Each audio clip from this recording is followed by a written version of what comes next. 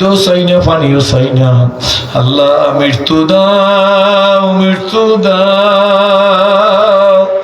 এই কথা বলার পরে আল্লাহর হাবিব হযরত আবু হুরায়রা থেকে বর্ণিত, আল্লাহর হাবিব বলেন এমন ভাবে কান্না শুরু করিয়ে দিয়েছে আর বলে জাহান্নামীরা বাঁচার মতো বাঁচবেও না, মরার মতো মরবেও না।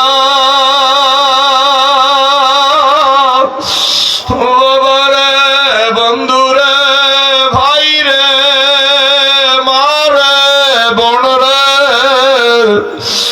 ধনী রে, গরিব রে, যুবক রে, যুবতী রে, ওই জাহান্নামের ভয়তে গলায় কলেমার রশি লাগাইয়া তোমাদের কাছে আসছি।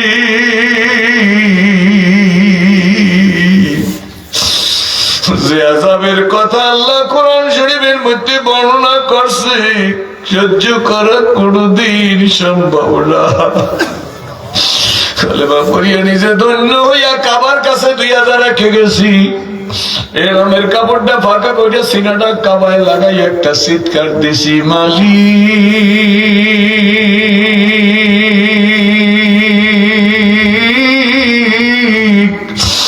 এই তোমার ঘর, এই আমার সিনা। আমি তো জীবনে কল্পনা করি না আমার সিনা তোমার ঘরে লাগবে। আল্লাহ তোমার কারণে কি সওয়ালের জবাবগুলো দিয়ে দিন। নারে তাকবীর, নারে তাকবীর। সিরাজি সাহেবের আগমন, শুভেচ্ছার স্বাগতম। মাহফিলের পক্ষ থেকে লাল গোলাপ শুভেচ্ছা। নারে তাকবীর। সম্মানিত হাজিরিন, অপেক্ষার প্রহর গুনতে গুনতে আমাদের মাঝে উপস্থিত হয়েছেন মরহুম করমালী শিকদার বাড়ি অত্র এলাকার সকল কবরবাসীদের রুহের মাগফিরাত কামনায় তৃতীয় বার্ষিক ওয়াজ ও দোয়া মাহফিলের প্রধান মেহমান, প্রধান বক্তা, বিশিষ্ট ইসলামী চিন্তাবিদ আলহাজ হযরত মাওলানা ডাক্তার সিরাজুল ইসলাম সিরাজি, নও মুসলিম, নল সিটি, ঝালকাঠি। সম্মানিত হাজিরিন, হুজুরকে পেয়ে আপনারা খুশি না বেজার? আরেকটু জোরে আওয়াজ করে বলতে হবে, খুশি না বেজার? আপনারা কি চান হুজুর সামনে আমাদের মাঝে উপস্থিত হোক? ইনশাআল্লাহ। অনেক পরিশ্রম করে হযরত আমাদের মাঝে উপস্থিত হয়েছেন। ইনশাআল্লাহ এখনই গুরুত্বপূর্ণ আলোচনা পেশ করবেন। তার পূর্বে আজকের মাহফিলের সম্মানিত সভা, যিনি উদ্যোক্তা, 3টি বছর এখানে সুন্দর করে আয়োজন করে যিনি আজকে আপনাদের সামনে সুন্দর একটি মাহফিল উপস্থাপন করেছেন, আমাদের মাহফিল উদ্যোক্তা রাসেল শিকদার ভাই ছোট্ট করে তো একটি কথা ইনশাআল্লাহ বলবেন। এরপর হুজুরকে সম্মাননা স্মারক পেশ করব। স্মারক পেশ করার পরে হযরত গুরুত্বপূর্ণ আলোচনা পেশ করবেন। আমি রাসেল ভাইকে ছোট্ট করে সংক্ষিপ্ত করে তো একটি কথা বলার জন্য অনুরোধ করছি। বিসমিল্লাহির রহমানির রহিম। মরহুম করমালী শিকদার বাড়ি ও অত্র এলাকার সকল কবরবাসীদের রুহের মাগফিরাত কামনার আজকের ওয়াজ ও দোয়া মাহফিলের সম্মানিত সভাপতি, আজকের মাহফিলের প্রধান বক্তা, আমাদের প্রধান মেহমান সবাই আজকে উপস্থিত। আসলে এখানে এখন আলোচনা করার সুযোগ নাই, কারণ হুজুরের অনেক কষ্ট হয়েছে আমাদের মাঝে আইতে। তা আপনারা জানেন আমার মা বাবা এবং দাদা দাদি তারা আমাদের ছেড়ে চলে গেছে। আমি এখানে প্রতি বছর এই প্রোগ্রামটি করে থাকি। তা এখানে অনেক কথা বলার ছিল, কিন্তু বলতে পারবো না, কারণ হুজুরও অনেক কষ্ট করে আমাদের মাঝে আইছে। আমাদের এই গ্রামের পরিবেশ আসলে খুবই খারাপ, মূলত নদী বেঙ্গন এলাকা তো, তাই আমরা তো ঢাকা থাকি, এত কিছু আসলে দেখিও নাই। তাই হুজুরকে আমরা আনছি, হুজুর আমাদের মাঝে আসছে। আর বিশেষ করে হুজুরের জন্য দোয়া করবেন। হুজুর খুবই ব্যস্ততার মাঝে দিন যায়। তিনি নির্বাচনের প্রার্থী, ঝালকাঠি 2 আসনের। সেখান থেকে আমাদের এই দেশে, আমাদের এই মাঝে যে আমাদের মাঝে তিনি আসছে, তার জন্য প্রাণ খুলে দোয়া করবেন। বিশেষ করে আমি যে প্রোগ্রামটা করি আপনাদের দোয়ায় প্রতি বছর যেন প্রোগ্রামটা করতে পারি সেই দোয়া করবেন ইনশাআল্লাহ। আর বেশি কিছু বলবো না। আমার মা বাবা এবং দাদা দাদির জন্য দোয়া করবেন, এলাকাবাসীর জন্য দোয়া করবেন। এটা মৃত্যু ব্যক্তিদের নামের দোয়ার মাহফিল। তাই আমি আর কিছু বললাম না। সবাই ভালো থাকুন, সুস্থ থাকুন। আল্লাহ হাফেজ।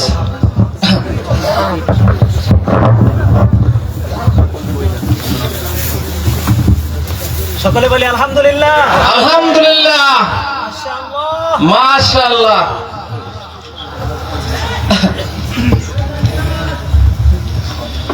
সবাই বলে যান, সবাই বলে যান, সবাই বলে যান। আসসালামু আলাইকুম ওয়া রাহমাতুল্লাহি ওয়া বারাকাতুহু। আলহামদুলিল্লাহ আলহামদুলিল্লাহি ওয়া কাফা ওয়া সালামুন আলা ইবাদিহিল্লাযীনা ইসতাফা। আম্মা বাদ, সকলে পড়ি। আউযু বিল্লাহি মিনাশ শাইতানির রাজীম। বিসমিল্লাহির রহমানির রহিম। ওমা খালাকাতুল জিন্না ওয়াল ইনসা ইল্লা লিয়াবুদুন। وقال تعالى إنا نحن نزلنا الذكر وإنا له لحافظون. إن الله وملائكته يصلون على النبي يا أيها الذين آمنوا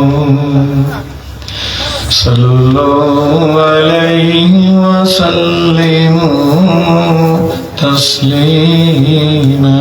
اللهم صل على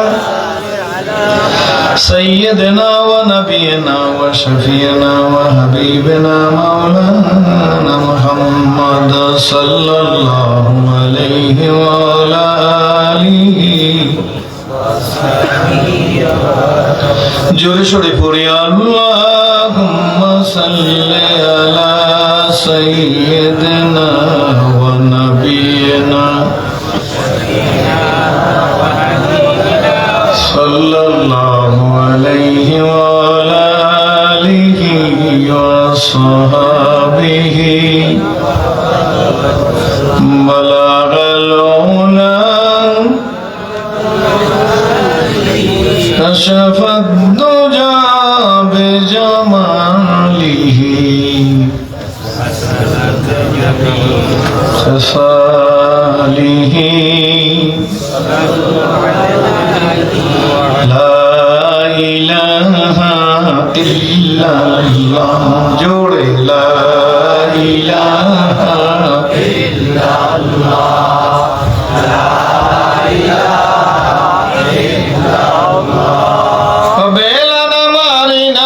মুর্শিদের মাইকে বাড়ি আলা নাই রে, বাড়ি নাই রে দুনিয়াতে। লা ইলাহা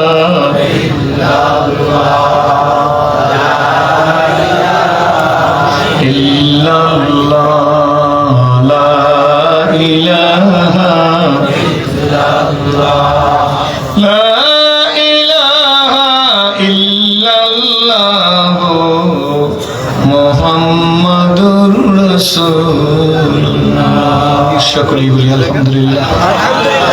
মরহুম করমালী শিকদার বাড়ি অত্র এলাকার সকল কবরবাসীদের রুহের মাগফিরাত কামনায় তৃতীয় বার্ষিক দোয়ার মাহফিল, এই মাহফিলের সংগ্রামী সভাপতি, আমন্ত্রিত বিশেষ বক্তা, উদীয়মান তরুণ বক্তা, সমুদ্র কণ্ঠস্বর জনাব মাওলানা হাফিজুর রহমান তাহমিদি, ঢাকা। আল্লাহ কবুল করুক। বিশেষ আকর্ষণ মাওলানাকারী আনোয়ার মাহবুব এবং বিশেষ অতিথি আলহাজ হযরত মাওলানা কাউসার আহমদ, ঢাকা। আল্লাহ হাফেজ দেওয়ার হোসেন সহ মুআজ্জাজ মুহতারাম ওয়াজিবুল ইহতিরাম কাবিল ইহতিরাম হযরত উলামা ইকরামগণ, সুধী মণ্ডলী, আমন্ত্রিত মেহমান, বিভিন্ন এলাকা থেকে আগত প্রাণপ্রিয় মর্দে মুজাহিদ মুসলমান ভাইয়েরা, পর্দার আড়ালের সম্মানিত মা ও বোনেরা, আল্লাহ শুকর যে কনকনে শীতের ভিতরে আল্লাহ পাক রব্বুল আলামিন আপনাদেরকে একটা দ্বীনি পরিবেশে ফুটন্ত গোলাপের মতো, সূর্যমুখী ফুলের মতো জুড়ে মিলে বসার মতো তৌফিক দান করেছেন। যে মহান আল্লাহ আপনাকে আমাকে দ্বীনি পরিবেশে কবুল ও মঞ্জুর করলেন, আশা বসা শোনা বলার মতো পরিবেশ সৃষ্টি করে দিয়েছেন, সেই মহান আল্লাহ তাআলার শুকরিয়া আদায় করি উচ্চ যে প্রাণ খুলে স্বতঃস্ফূর্তভাবে বলি আলহামদুলিল্লাহ। এই জন্য আলহামদুলিল্লাহ পাঠ করলাম মাগরিবের নামাজের পর থেকে। সম্মানিত বক্তাদের সুরিলিত কণ্ঠে শ্রুতি মধুর ত্রুটি মুক্ত প্রাঞ্জল ভাষায় যুগ উপযোগী, কি করণীয় কি বর্জনীয়, কি করলে মানুষ প্রকৃতপক্ষে মানুষ হতে পারে, মানুষ কাকে বলে, দিন ইসলাম ইমান আমল নবী রসুল পীর বুজুর্গ টুপি দাঁড়িয়ে জামা পাগড়ি জিকির তবলিগ তাসকিয়া তাসাউফ জিহাদ সৎ কাজের আদেশ অসৎ কাজের নিষেধ মাদ্রাসা মাসাজিদ কেন প্রয়োজন, এই বিভিন্ন দিকের উপর পূর্ববর্তী বক্তাগণ অত্যন্ত চমৎকার কথাবার্তা বলতেছিলেন। এক পর্যায়ে আমি তো চিনি, তারপরেও আমি 1 মিনিটও সময় দিই নাই, তার সুললিত কণ্ঠে সুন্দর ওয়াজ হইতেছিল, আমার কাছেও ভালো লাগতেছিল, কিন্তু আমার করার কিছু নাই। আমি বর্তমান সময়ে আগামী 12ই ফেব্রুয়ারি পর্যন্ত সকল মাহফিল বাদ দিয়ে দিচ্ছি। কিন্তু মাওলানা কাউসার আছে না জায়গায়, আমার এলাকার ছেলে, চিন্তা করছি এলাকায় আপনারা কিছুই বুঝবেন না, ও অ্যাসাল্ট হবে। আমি চিন্তা করছি আমি জীবনে কাউকে কষ্ট দেওয়া সিরাজি না, এই জন্য আমি মাগরিবের নামাজের পরে আমাদের একটা জালাবাড়ি জেলা শহরে প্রোগ্রাম, সেটা ওয়াজ মাহফিল না, ওসমান হাদির আত্মার মাগফিরাত কামনায় আমাদের 8 দলের একটা সভা ছিল, সেটা শেষ করে এরপর টান দিছি। পথে কোনো দোকানে বসে 1 কাপ চাও খাইনি, এখানে ওনার নাস্তা খাওয়াইতে চায়, বিশ্রাম করাইতে চায়। আমি মানুষ, রাত বাজছে 10:15, শীতের রাত, আমি যদি চা খাই সেটা মানুষের কাজ হবে? নাস্তা করলে মানুষের কাজ হয়? আর আপনারা ঠান্ডার মধ্যে বসে রয়েছেন, এটা আমি ভালো বুঝি। আমি তো আপনাদের দেখে ইসলাম কবুল করছি, ইসলাম শিখছি আপনাদের কাছে। আমার সুখটা আমি 16 আনা বুঝলাম, আপনাদের দুঃখটা না বুঝলে আমি মুসলমানের মধ্যে পড়ি? এই কথা ঠিক নেবে ঠিক? যাই হোক বলেছি, যাই হোক আপনাদের দেখে ভালো লাগছে যে আপনাদের ধৈর্য আছে, খুশি।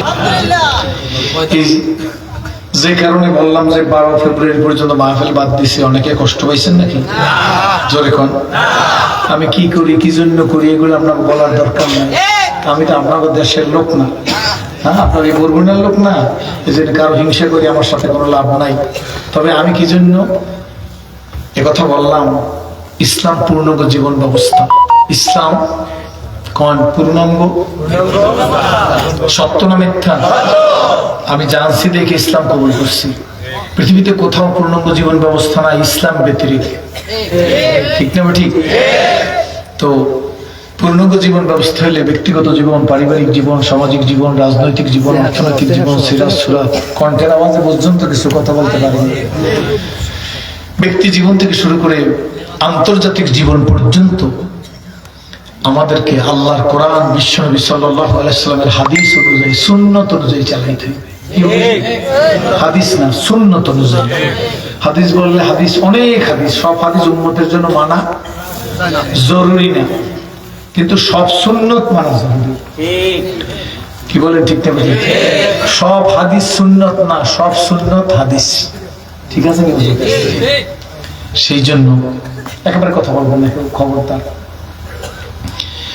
অনেক কষ্টের ভিতর থেকেও, ব্যস্ততার ভিতর থেকেও আপনার কবি নজর টাকা দেবো না, আপনার টায়ার দেখি কয় টাকা দেব? এইটা বক্তাদের সিজন এখন। এইটা যে আমি বাদ দিয়ে দিছি, লাভ দিয়ে আমি বুঝি না, বুঝি না।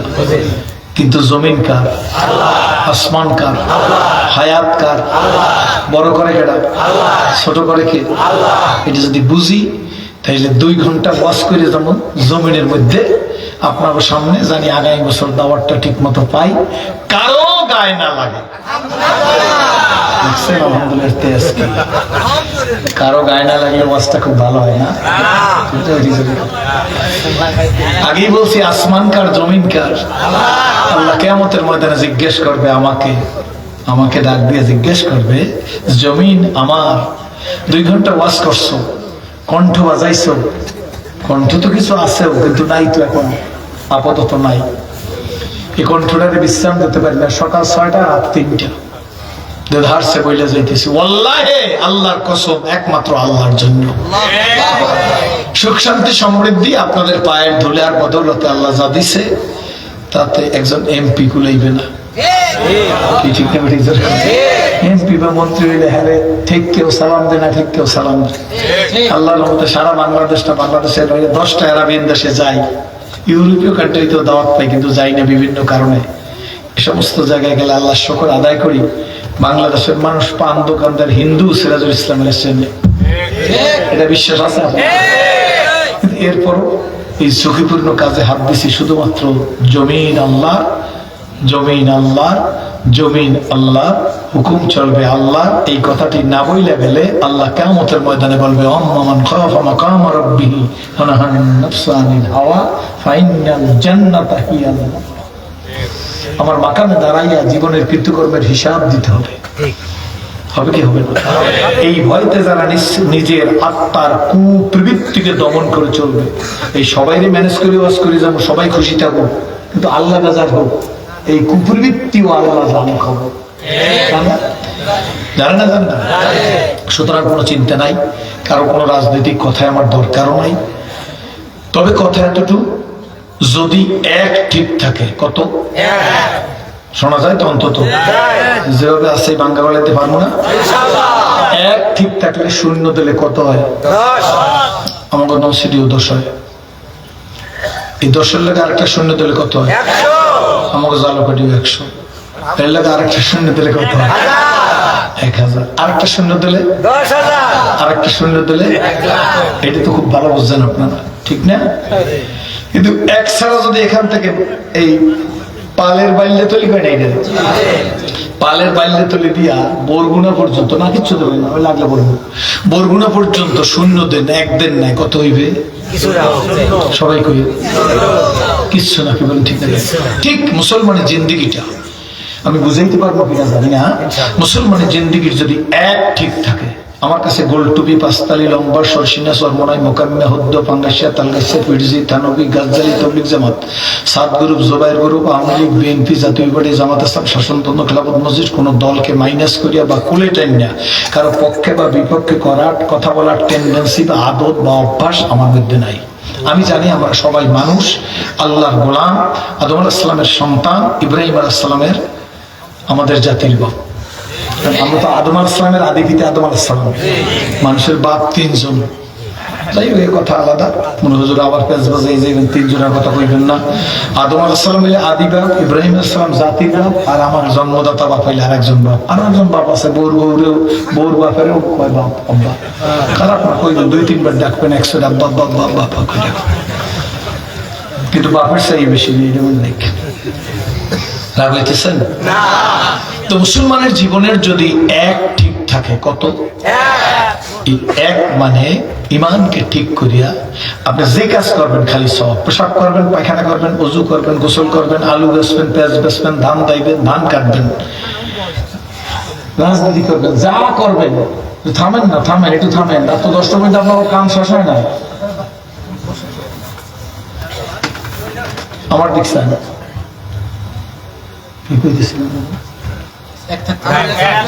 ঠিক থাকলে সব কাজেই কি হবে? জোরে কোন সব কাজেই কি হবে? সব। ঠিক না? ঠিক, এটা ঠিক। আল্লাহ তাআলা বানাইছে ইবাদতের জন্য, পাঠাইছে খেলাফতের জন্য। কি বলছি? বানাইছে কিন্তু দুনিয়াতে পাঠাইছে কিসের জন্য? যে উদ্দেশ্যে বানাইছে ইবাদতের জন্য, সেটা জান্নাতে বসেও করাইতে পারতো, কিন্তু দুনিয়াতে পাঠাইছে কিসের জন্য? খেলাফত। এই কথাটা মনে রাখেন, ফিনিশিংটার সময় আমি বলবো। খলিফা হারুন আর রশিদ প্রকাণ্ড বড় দরজার একজন আলেম। তো উনি একদিন ঘর থেকে বেরিয়েছে ওনার উজিরকে ঘোড়ার পিঠে নিয়ে, যেতে যেতে অনেক দূরে চলে গেছে। গিয়ে হঠাৎ খলিফা হারুন আর রশিদ ব্রেক করছে, ঘোড়াকে থামাইছে। থামাইয়া একটু মুস্কি হাস দিছে। উজির জিজ্ঞেস করে, স্যার হাসলেন কেন? হুজুর হাসলেন কেন? হাসলাম ওই বুড়িয়ার কাণ্ডটা দেখছো? বুড়িয়া দেখায় 80-90 বছর বয়স। স্যার কি? যে বুড়িয়া খেজুর গাছের চারা লাগে। কি গাছ? বয়স কত? 80 বছর। বুড়িয়া খেজুর গাছের চারা লাগায়। খলিফার বুড়ি হুজির এই গাছে খেজুর হবে, এই খেজুর খাইয়া বুড়িয়া মারা যাবে, এই খেজুর গাছের খেজুর খাবে, এই আশায় বুঝি খেজুর গাছ লাগায়। উজির যাও না, বুড়িয়ার কাছে যাও, আমি এখানে আসি ঘোড়ার পিঠে। বুড়িয়ার কাছে গিয়া বুড়িয়াকে সালাম দাও, সালাম দিয়া বুড়িয়ার সাথে সুন্দর করে মুসাফা করো। এরপরে বুড়িয়াকে জিজ্ঞেস করো কেমন আছেন, বুড়িয়ারকে জিজ্ঞেস করো বয়স কত, এরপরে জিজ্ঞেস করো বুড়িয়া কি বুঝে খেজুরের চারা লাগাবো? ও চাচা এই গাছে খেজুর হবে, খেজুর খাইয়ে তুমি মরবা, এই আশা করে বুঝি খেজুর লাগাইতেছো, তোমার আশা তো কম না। উজির ঘোড়ার পিঠ থেকে নামে গেছে, খলিফা আপনার সাথে ঘোড়ার পিঠে বসা। ওই বুড়িয়ার কাছে গেছে, যাই সালাম গেছে। আজকের মতো ডিজিটাল সালাম না, এখন সালাম হয়ে গেছে ডিজিটাল সালাম। সাম কম কয় না, কয় না বাবা, কয় না, কি হইল? তো যাইয়া সুন্দর মতো সালাম দিয়ে মুসাফা করছে। এরপর ওই বুড়িয়ার দিকে তাকাই বলে, চাচ্চু কেমন আছেন? কয় আলহামদুলিল্লাহ। আমাদের দেশে একটা ট্রেডিশন হয়ে গেছে, অভ্যাস, ভালো থাকো। মানে বুঝে দেখুন 4 বছর আগে 5 বছর আগে ভালো থাকো শব্দটা বাংলাদেশে ছিল? বর্তমান ভালো থাকো শব্দটা ছিল? 3-4 বছর আগে শুরু হয়েছে। কি শব্দ? মায়ে কয় ভালো থাইস, বাপে কয় ভালো থাইস, ভালো থাকো, দাদা ভাই এলে ঠিক আছে যাও ভালো থাকো। এই কথাটা আমাদের মধ্যে 3-4 বছর যাবৎ কারাদানি ঢুকাই দিচ্ছে। খুব ভালো করে বুঝবেন, আমি অনেক চিন্তা করছি। ভালো থাকার মধ্যে আল্লাহ নাই, আল্লাহ তোমাকে ভালো রাখার মধ্যে আল্লাহ আছে। বুঝাইতে পারিনি? ভালো থাকো কোনো ক্ষমতা আছে ভালো থাকা? আল্লাহ তোমাকে ভালো রাখুন, ভালো রাখার মালিক কে?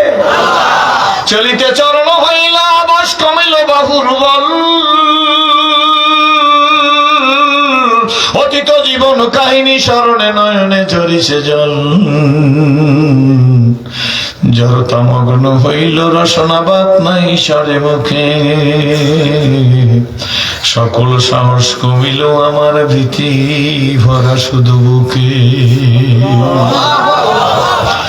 মানুষ মৃত্যুর সময় বলবে কে আছো কোথায়, হারিয়ে হেতায় আজিকের মানুষের দিন, জীবন প্রদীপে নিভু নিভু প্রায় হইয়া এসেছে ক্ষীণ, এ দেহ মানে কত না শক্তি কত না সাহস ছিল, কার ইঙ্গিতে সহসা সকলে শূন্যে মিলিয়া গেল। উঠি বসি হাঁটি করি ছুটা ছুটি, উঠি বসি হাঁটি করি ছুটা ছুটি, চলিয়াছি দিবানিশি, সে দেহ আজি মাটির সঙ্গে যাইতেছে যেন মিশি, হালাল তেজিয়া হারামে মত্ত কেন রে হারাম খোর, জানিও তোমাকে ডাকিছে কিন্তু কঠিন মাটির গোর, হায়াত তরুর শাখায় বসিয়া, হায়াত তরুর শাখায় বসিয়া হেরি তার ফলমূল, সাদা কালো দুই ইঁদুরেতে ভাই কাটিছে তরুর মূল, লাভের আশায় কর্মে ব্যস্ত ছুটিছ আশার পিছু, জানিও তোমার তকদির সারা পাবে না খুব বেশি কিছু। খালি হিংসার বিরোধিতা করিও না। সেরাজির সাথে যদি কারো অ্যাড থাকে তাইলে দেখো, তোমার ফেসবুক খুললে ইউটিউব খুললে দেখো, সেরাজি গত 1-1.5 মাস যাব সব মাহফিলে দেশ নেত্রী খালেদা জিয়ার জন্য দোয়া করছে। আজকেও তারেক জিয়ার শুভ আগমনকে আমি মোস্ট ওয়েলকাম জানাইছি আমার ফেসবুকে, আপনাকে শোনার জন্য না। এরপরও বাঁকা চোখ কেন? কি বলেন ঠিক নেবে ঠিক? আমি তো মানুষ, আমি তো আপনাদের দেখে ইসলাম কবুল করছি। এত প্রেম, আমাদের চাইতে প্রেম কেউ বেশি জানেন না, কি বলেন ঠিক নেবে ঠিক? লক্ষ লক্ষ না কোটি কোটি মানুষের সাথে চলি, কি বলেন ঠিক নেবে ঠিক দিকে চলি। সংকীর্ণ হৃদয় নিয়ে চলবেন না, হৃদয়কে প্রসারিত করবেন। রাজনীতির র বোঝেন না, কি বলেন ঠিক নেবে ঠিক। অনেক তো রাজনীতির র বোঝেন না। সেদিন একজনকে জিজ্ঞেস করলাম, বেটা রাজনীতি করো, তোর দলের প্রতিষ্ঠা কত সনে ক সাইরিস। আমি রাজনীতি করো কত সালে প্রতিষ্ঠা হয়েছে, কে প্রতিষ্ঠাতা ক বলতে পারবো, অথচ লাফায় খাও। আরে রাজনীতি করতে হলে লেখাপড়া করা লাগে। ওই গাড়ির মধ্যে আইসক্রিম সাইড দিয়ে পত্রিকা আছে, যাই দেন গাড়ির মধ্যে বসে আল্লাহর হক পত্রিকা যখন 5 মিনিট সময় পাই পড়ি। আমরা নোংরা রাজনীতি পছন্দ করি না। আমরা জাতির জন্য, মানুষের জন্য, মানবতার জন্য, জাতি ধর্ম বর্ণ গোত্র সকলের জন্য কাজ করি। রাগ হইতেছে? এই যে মনটাকে প্রসারিত রাখবেন। হযরত ওমর রাদিয়াল্লাহু তাআলা আনহুর ছেলে আব্দুল্লাহ নবীজির কাছে বসা, আরো সাহাবীরা মসজিদে নববীর মধ্যে নবীজি ওয়াজ করতেছেন। কি করতেছেন? ওয়াজ করতেছেন। তো হুজুর ওয়াজ করতেছেন, ওয়াজের এক পর্যায়ে গিয়ে নবীজি একটু তাকাইলেন, তাকাই বলতেছে, আমার সাহাবীরা একটা জান্নাতি লোক এইমাত্র মসজিদের মধ্যে ঢুকতেছে। হয় না? সবাই করেন। হযরত ওমর রাদিয়াল্লাহু তাআলা আব্দুল্লাহ থেকে বর্ণিত। হযরত আব্দুল্লাহ বলেন, একটা জান্নাতি লোক ঢুকছে, নবী বলছে জান্নাতি, লা শাক্কা ফি, এর মধ্যে কোনো সন্দেহ নাই। তা আমি তাকাই দেখলাম মসজিদে ওই যুগের 1450 বছরের মসজিদ নবীর দরজাগুলোর দিকে তাকাই দেখি তেমন কোনো লোকজনের ভিড় নাই। একজন লোক ঢুকতেছে, বয়স্ক প্রকৃতির লোক, তার জুতাটা ভাঁজ করে এইভাবে নেওয়া, আর তার দাড়ি বেয়ে বেয়ে পানি ভরতেছে, অর্থাৎ অজু করে আসছে। হযরত আব্দুল্লাহ বলেন, আমি ফাইন্ড আউট করে রাখলাম, আমি চিহ্নিত করে রাখলাম লোকটা কে। নবী বলছে জান্নাতি। লোকটাও বসে গেছে। সাহাবীরা হুজুরের ওয়াজ শুনে সব বেরিয়ে যাইতেছে, কিন্তু আব্দুল্লাহ বলেন, আমি লোকটাকে চিহ্নিত করে রাখছি। ওয়াজ শেষ, সবাই চলে গেছে। আরেকদিন নবীজি ওয়াজ করতেছে। আজও আব্দুল্লাহ বলে, ওই নবীজির ওয়াজের মধ্যে আমি বসা। হঠাৎ নবীজি একদম ওয়াজের শেষ পর্যায়ে হুজুর বিদায় দিবেন আমাদেরকে, এমন সময় নবীজি একটু মুস্কি হাসি দিস। নবীজি ওয়াজের মধ্যে মুস্কি হেসে দিয়ে বলে, সাহাবীরা গো, নবী হাসি দিলে তো পূর্ণিমার চাঁদ হার মাইনে যাইতো। সামাইলে তিরমিজির মধ্যে আছে। আল্লাহু আকবার। রহমতের রাসূল একটু মুস্কি হাসি দিয়া, সাহাবীরা গো, এইমাত্র একটা জান্নাতি মানুষ তোমাদের মাঝে এসে উপস্থিত হইল। হযরত আব্দুল্লাহ বলেন, আমি তাকাই দেখলাম ওই সেই দিনের সেই লোকটাই আসছে, এজ ইট ইজ একই অবস্থা, আজও নতুন উজু করে ঢুকছে। 2 দিন আমি দেখে রাখছি, এখন লোকটা চিনছি না।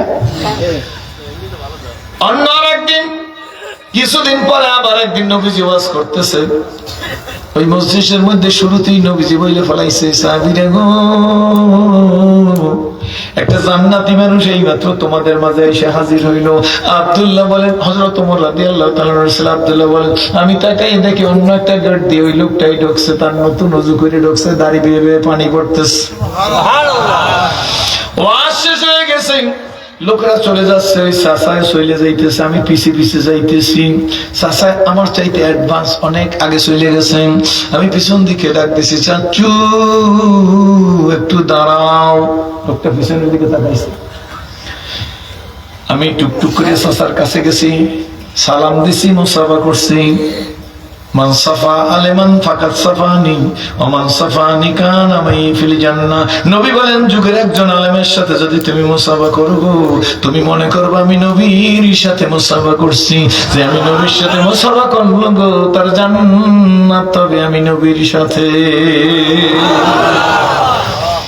এখানে আর একটা কথা বলে রেখে যাই, যদি কোন আলেমকে আপনি নেগলেক্ট করেন, পীর বুজুর্গ ওলি আল্লাহদেরকে নেগলেক্ট করেন, কোন আলেমের বিরুদ্ধে ষড়যন্ত্র করেন, কোন আলেমের চরিত্র হননের কথা বলেন, কোন আলেমের বিরুদ্ধে ষড়যন্ত্র করেন, কোন আলেমের বিরুদ্ধে তার সম্মান নষ্ট করার পরিকল্পনা করেন, কোন মাদ্রাসার পিসি তালবেলেনদেরকে যদি ভিক্ষুক মনে করেন, জাকিরিন দেখতে পারি না, একামতে দিনের কথা যদি বলে তাদেরকে দেখতে পারি না, পীর বুজুর্গ ওলি আল্লাহদেরকে যদি দেখতে না পারেন, আল্লামা সানাউল্লাহ ফণিপতি রাহমাতুল্লাহ আলাইহি বলে, এই হিংসাত্মক মনোভাব, আলেমের বিরুদ্ধে ষড়যন্ত্র, আলেমের সম্মান নষ্ট করা, আলেমের মিথ্যা দোষ দিয়ে ফাঁসির কাস্টে ঝুলান, হয় না বুঝি বাংলাদেশে?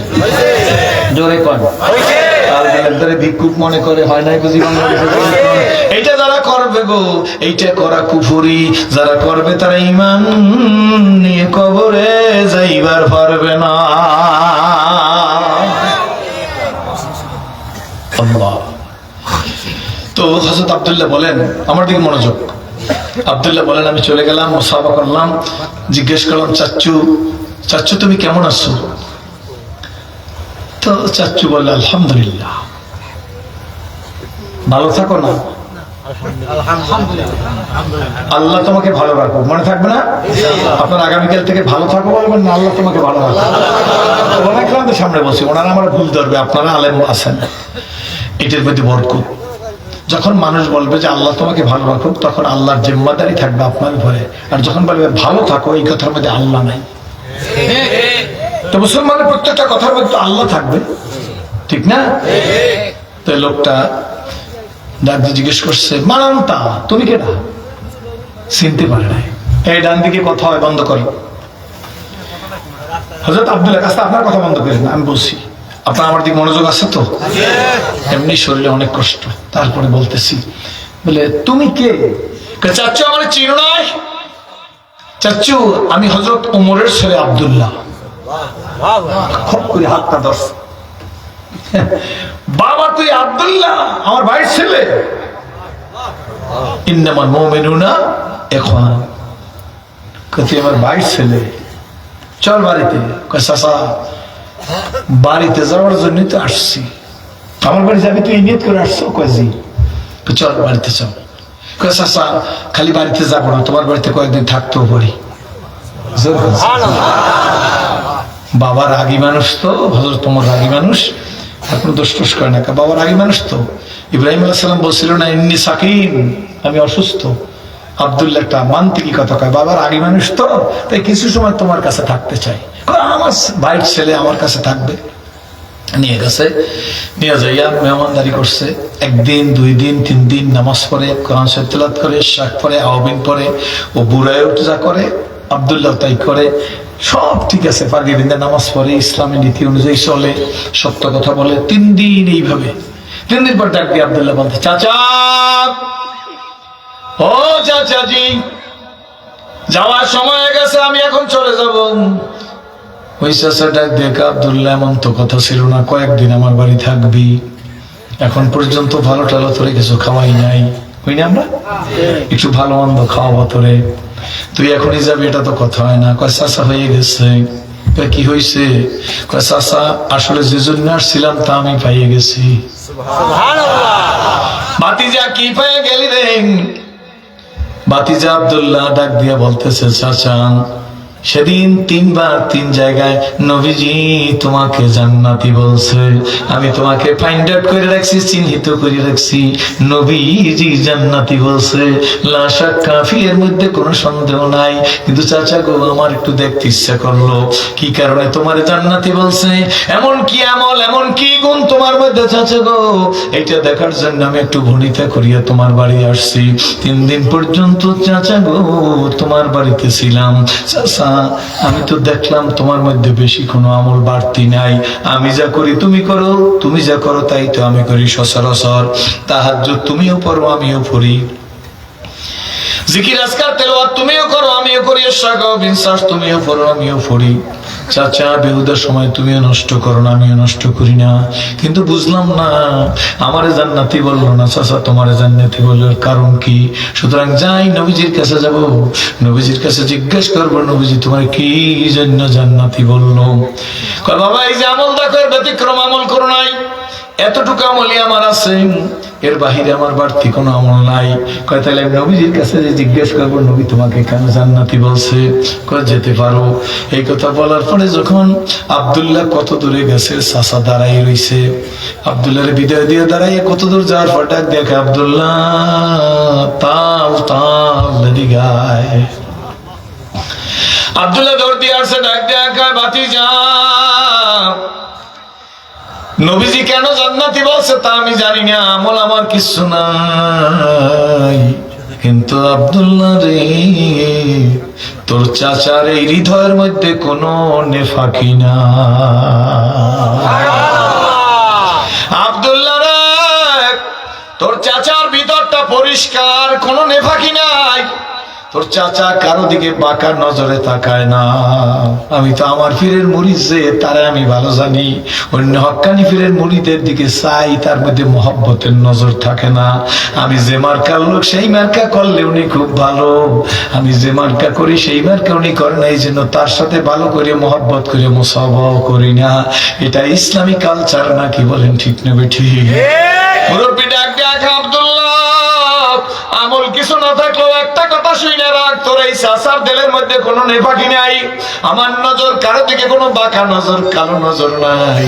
শোনার সঙ্গে সঙ্গে আব্দুল্লাহ দাঁড়াই বলে, চাচাজি, আমার তো আর নবীর কাছে যাওয়া লাগবে না, আমি বুঝা ফেলাইছি, এই কারণে আল্লাহ নবী তোমার জান্নাতি বলছে। আপন বাড়ি রাইখা যে জন পরের বাড়ি সাজে, তার মতো বোকা কি আর এই জগতে আছে? খলিফা হারুন রশিদের গোলাম গিয়া ডাক দিয়ে জিজ্ঞেস করে, চাচা তোমার বয়স কত? মনে আছে না? মনে আছে তো? ডাক দিয়ে জিজ্ঞেস করে, চাচা তোমার বয়স কত?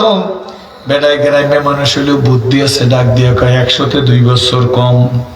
আগের লোকের এইরকম উত্তর দিত, ঠিক না? ঠিক জোরে করেন, তাতে কত হয় আপনাকে জায়গায়? মাশাআল্লাহ, অঙ্ক আপনারা ভালো। 98 বছর বুড়িয়া খলিফা মনে করছে 80-90 বছর। এখন ওই উজির ডাক দিয়ে শাশু একটা কথা বলবো, কয় কি? কয় লাগাও কি? কয় দেখো না, এটা খাজুর গাছের চারা। চাষা খেজুর গাছের চারা লাগাও, এই গাছে খেজুর হইবে, এই দেখাই তুমি মরবা, তোমার মনে তো বড় আশা। চাষায় কোনটা করে সব রাইকা কয়, বেটা দাঁড়া, তুই না খলিফা হারুন রশিদ রুজির খোঁজি। কয় বেটা গুলো চললে বেটা হওয়া যায়, তুই তো বেটা গুলো চললে মাথারি হইলি না। কয় চাচা অপরাধ কি? কয় হাল খলিফা হারুন রশিদ 2 পেজ দাঁড়াই রয়েছে, তার বোঝে নাই কৃষক, দেশের রাষ্ট্রপ্রধান। দেশের রাষ্ট্রপ্রধান হ্যাঁ তো দুর্নীতি করে নাই, জায়গা বলিতে 400 মামলা হইবে। খলিফা হারুন রশিদ ঘোড়া পিটিছে, একদিক দৌড় দিচ্ছে, তোমরা দেয়াল তার খেজুর গাছের করে ঘুমিয়ে গেছে। ডাইন জায়গায় বডিগার্ড নাই, বাই বডিগার্ড নাই, সামনে বডিগার্ড নাই, পিছে বডিগার্ড নাই। কি বলেন, ঠিক না ঠিক? পাবলিক কয় ক্ষমতা ছাড়ার কথা কইলে তোর বাড়ি দিয়ে 2 টুকরো করে ফেলাই দেব মসজিদের নবীর মধ্যে। এটা আর একদিন শুনাম। খলিফা হারুন রশিদের সাথে চলো, সে তো প্রকাণ্ড আলেম, বড় আলেম, তোর তো কিছু বুদ্ধি শুদ্ধি থাকা উচিত ছিল। দেখলাম উজির তোমার কোনো বুদ্ধি শুদ্ধি নাই। কয় চাচা কেন? কয় বেটা তুই আমারে বললি খেজুর গাছের চারা লাগাই নিচে খাওয়ার জন্য, খেজুর গাছ হইবে, খেজুর গাছ খাইয়া, খেজুর খাইয়া আমি মরবো। শুনে রাইখে দে বেটা, শোন, তুই খলিফা হারুন রশিদের উজির, নাইলে তোর উচ্চ বয়স আর 2 কথা বলতাম। বেটা শোন, সবাইকে নিজে খাওয়ার জন্য লাগায় নাকি? একজনে লাগায় আর একজনে খায়। খলিফা হারুন রশিদ কথা কিন্তু পূর্ণ ঠিক। খলিফা হারুন রশিদের নিয়ম ছিলাম, উনি সফরে যদি কোন লোকের কথা শুনে কইতো, কথায় লোকটা কারেক্ট হয়েছে, ঠিক হয়েছে, তাহলে 1000 পুরস্কার দিত, 1000 টাকা। উজিরে যাই কয়, স্যার ঠিক কইছেন, 1000 পুরস্কার দেন। 1000 আইনা উজিরের হাতে দিছে, 1000 উজিরে আইনা ওই চাষির হাতে দিছে। চাষি বেটা, চাষি বুদ্ধিমান মানুষ, বুদ্ধিমান হওয়া ভালো, কিন্তু বেয়াদব হওয়া খারাপ। আল্লাহ কিয়ামতের ময়দানে ডাক দেবে, ইয়া উলিল আলবাব, হে বুদ্ধিমানের দল। বুদ্ধিমান কারা? যারা 1 কেজিতে 900 গ্রাম দিয়া দিতে পারে, আর কেনার সময় 1100 কেজি সুদে টাকা লাগাইতে পারে। কাজে আমি আমার সুদ টুদ খাই না, হজ করে আইসি, আল্লাহর রহমতে বাতিজা দোয়া করিস, টাকা যা লাগে নিস, যা পারো দিস, এটা তো সুদ হইবে না। আপনার আমার পক্ষে নাই, কি করবো, দুর্ভাগ্য আমার। কে আসো কোথায় হারিয়ে হেথায়, আজকের মানুষের দিন, জীবন প্রদীপ নিভু নিভু প্রায় হইয়া এসেছে কিন। এ দেহ মানে কত না শক্তি, কত না সাহস ছিল, কার ইঙ্গিতে সংসার সকলে শূন্য মিলিয়া গেল। উঠি বসি হাঁটি করে ছুটাছুটি চলিয়েছে দিবানিশি, সে দেহ আজি মাটির সঙ্গে যাইতেছে যেন মিশি। হালাল তেজিয়া হারামে মত্ত কেন রে হারাম খোর, যার জানিও তোমাকে ডাকিছে কিন্তু কঠিন মাটির গোল। হায়াত তরুর শাখায় বসিয়া হেরিতার ফলমূল, সাদা কালো দুই ইঁদুরেতে ভাই কাটিছে তরুর মূল। লাভের আশায় কর্মে ব্যস্ত ছুটিছ আষাঢ়তেছ, জানিও তোমার তকদির ছাড়া পাবে না কো বেশি কিছু। কিতাব পড়ো, কোরআন পড়ো, পড়ো আমার লেখা, দুই নয়নে যায় না দেখা এই কপালের লেখা। ঠিক নেবে, ঠিক আছে আমার ভাইরা, আমার বাবাজিরা।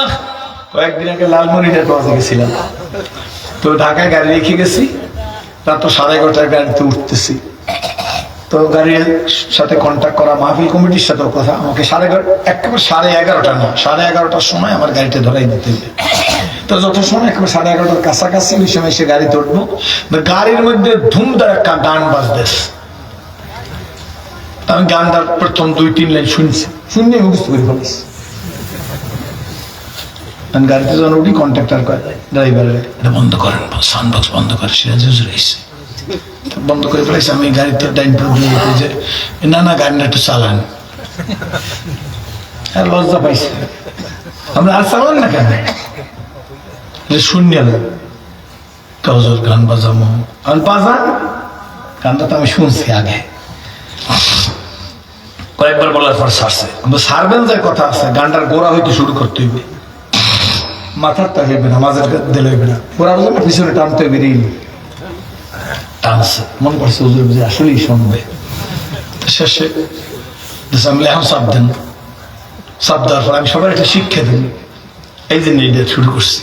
তো গানটা যে টাপ দিছে, চাপ দিছে, গান বাজছে তুমি ভেবেছো কি মনে এই ত্রিভুবনে, তুমি ভেবেছো কি মনে এই ত্রিভুবনে, তুমি যাহা করে গেলে, তুমি যাহা করে গেলে কেউ তা জানে না,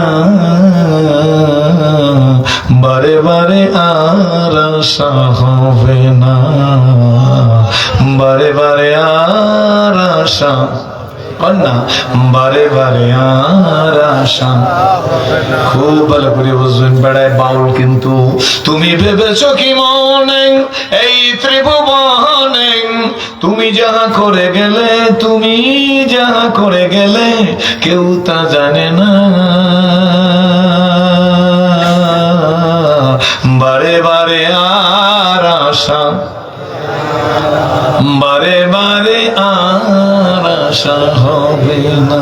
এরপর কল্যাণ কি করে শোনেন, বিচার করিবেন সেই মহান আল্লাহ, যদি ওখানে ওরা সেই মহান আল্লাহ বলে না, সেই বিধাতা বলছে, আমি বিধাতা বলবো কেন, কি বলে ঠিক গান গাইতে, বিচার করিবেন সেই মহান আল্লাহ, জোরে কোন বিচার করিবেন সেই মহান আল্লাহ, যার সাথে ফাঁকি ঝুঁকি চলিবে না,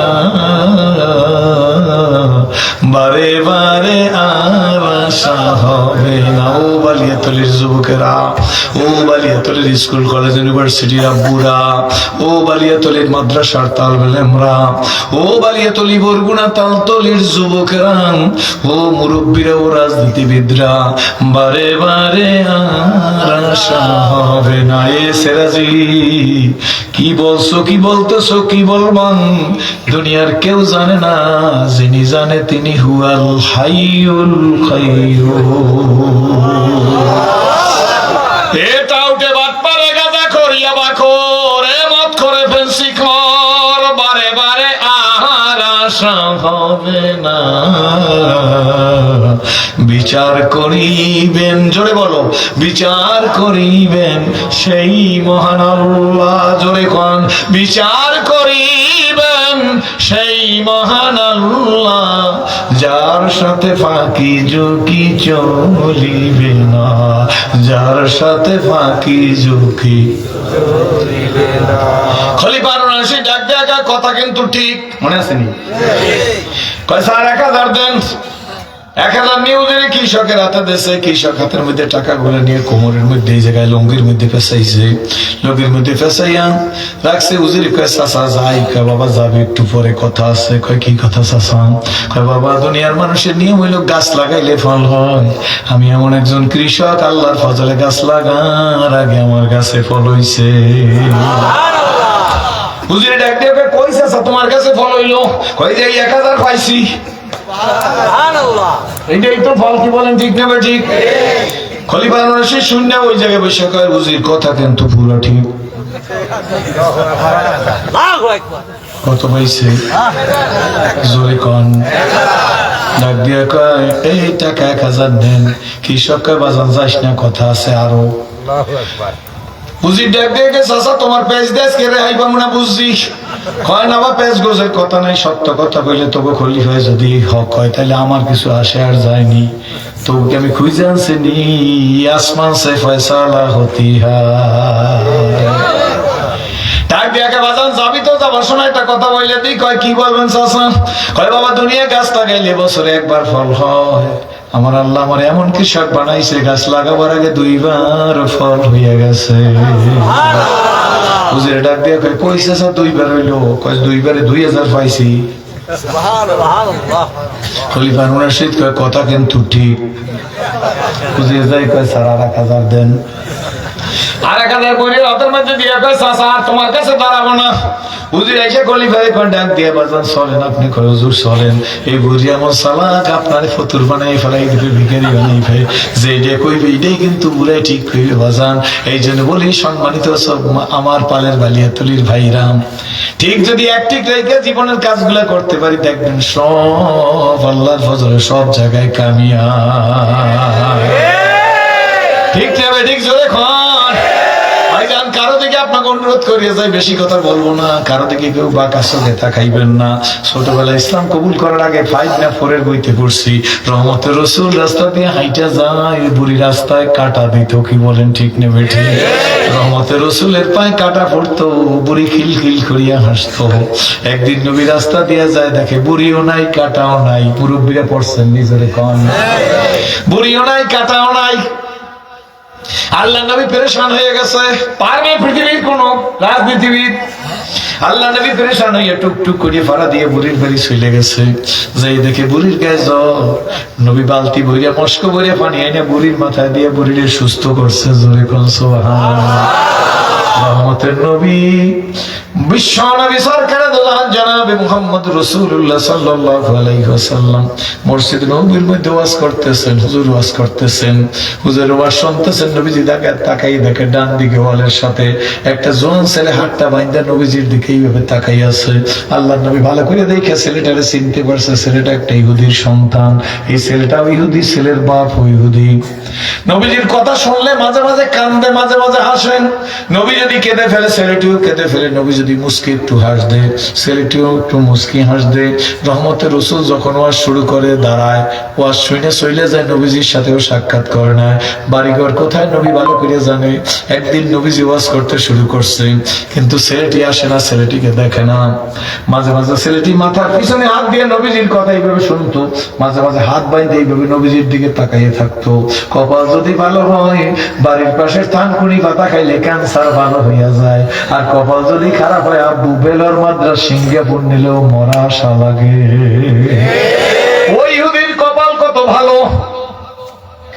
আমি ছোটবেলা ক্লাস 8 পড়ি, আমার নিজের কথা হুজুর 8 পড়ি, মসজিদের কিনারে গিয়া মসজিদের জানলা দিয়া, তখন তো মসজিদের জানলা জানলা ভাঙ্গা ছিল, মসজিদে ওগলা ছিল না, কি বলেন ঠিক না বেটি? এর মসজিদ নাই, মসজিদের কিনারে গিয়ে দেখতেছি ইমাম সাহেবকে রাত পরে কি পরে মুখস্থ করে ফেলাইছি সূরা ফাতিহা, তারপর এটা মুখস্থ করে ফেলাইছি। শুনতে শুনতে মানুষগুলো যখন রুকুতে যায় কত সুন্দর লাগে, দাঁড়াই যায় সোজা হইয়া।